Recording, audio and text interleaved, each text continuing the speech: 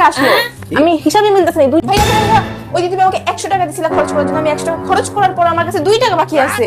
কেমনে হইছে ভাই দেখো না প্লিজ, দেখো না, বুঝতেছি। ভাইয়া দেখো, তুমি আমাকে 100 টাকা দিছিলা। Okay. 100 টাকা থেকে প্রথম দিন আমি খরচ করছিলাম হচ্ছে 40 টাকা। আচ্ছা। তাহলে থাকে কত? 60 টাকা, তাই না? হ্যাঁ 60 টাকা থাকার কথা। তারপর আমি বিকালে 30 টাকা খাইছিলাম, বুঝছো? তো 30 টাকা খাওয়ার পরে আমার এখানে 30 টাকা খরচ করছি আমি।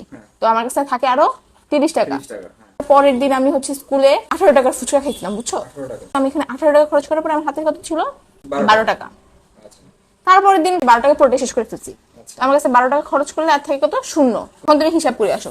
40 আর 30 কত হয়? 70। আর 18 আর 12 হয় 30। তাহলে 30 আর 70 কত হয়? 100। 100 টাকা হিসাব পেয়ে গেছে। মানে আমি খরচ করছি কত?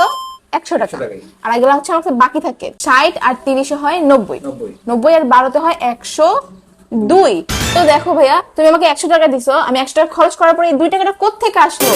আমি হিসাবে মিলতেছে না, এই 2 টাকাটা কোত্থেকে রইলো? আমি কিন্তু 100 টাকাই খরচ করছি। দেখো খরচের হিসাব করলে এই 2 টাকাটা কোত্থেকে আসলো